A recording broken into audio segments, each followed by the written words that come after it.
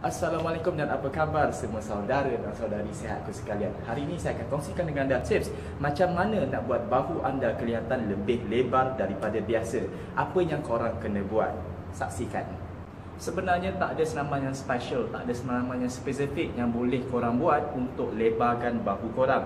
Tetapi ada teknik, ada cara yang berbeza macam mana kita handle kesemua senaman bahu yang kita lakukan, menentukan saiz kelebaran bahu kita.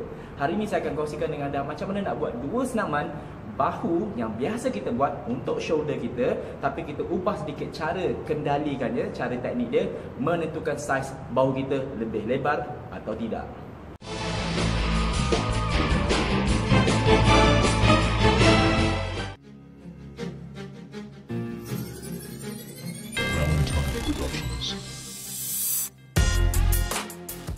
Senaman yang pertama adalah seated shoulder press dengan dumbbell. Apa yang kerap kali kita lakukan apabila melakukan senaman ini, kita akan turunkan dumbbell kita dan kita akan tolak lurus saja. Nah, bila ini berlaku, tekanan akan berada hanya di kedudukan tengah-tengah bahu di sini. Nah, kalau kita lebarkan sedikit, tekanannya akan berada di seluruh kawasan bahu. Kalau kita luruskan saja, ianya hanya akan berada di kedudukan tengah-tengah bahu di sini tekanannya. Oleh itu, ketika melakukan senaman shoulder press seated, apa yang perlu korang buat adalah diri dengan tegak seperti ini. Turunkan dumbbell sebawah yang korang boleh, rasakan tekanan di bahagian hujung bahu korang, and then tolak, tahan sekejap. Luaskan korang punya regangan, jangan rapatkan, luaskan. Korang akan rasa dia punya tekanan di seluruh kawasan bahu korang. Turunkan dengan pelan-pelan, naikkan, tahan sekejap, bagi perasaan rasa tekanan frekuensi dia punya efek di seluruh bahu. Kemudian turun, naikkan, turun, naikkan. Yang penting adalah kawasan luas korang punya regangan lengan luas, jangan rapatkan, luaskan.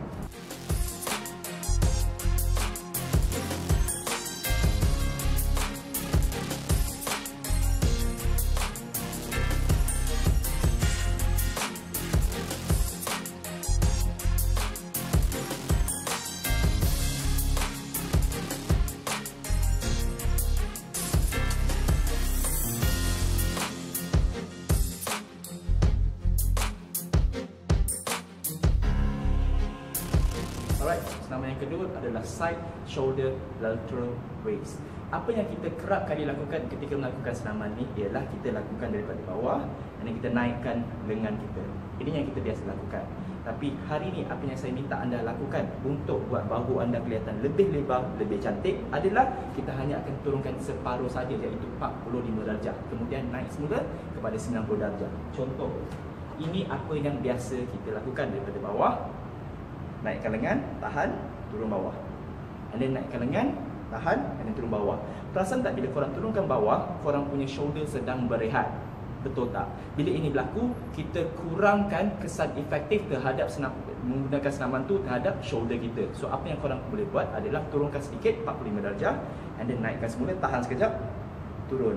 Tahan di sini, naik semula, tahan, turun 45 darjah. Naikkan semula, turun 40 darjah.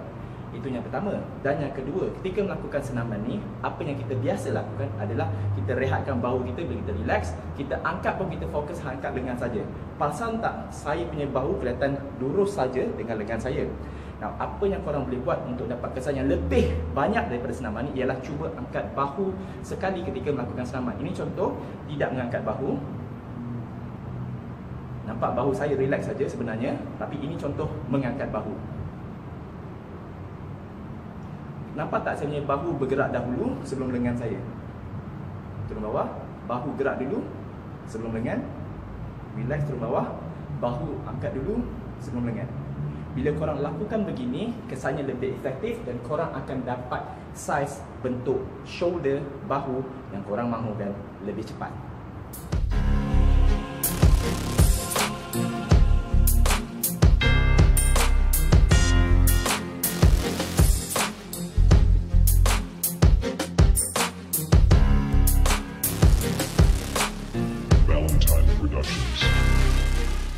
Alright guys, so itulah dia cara macam mana korang nak buat bahu korang nampak lebih lebar.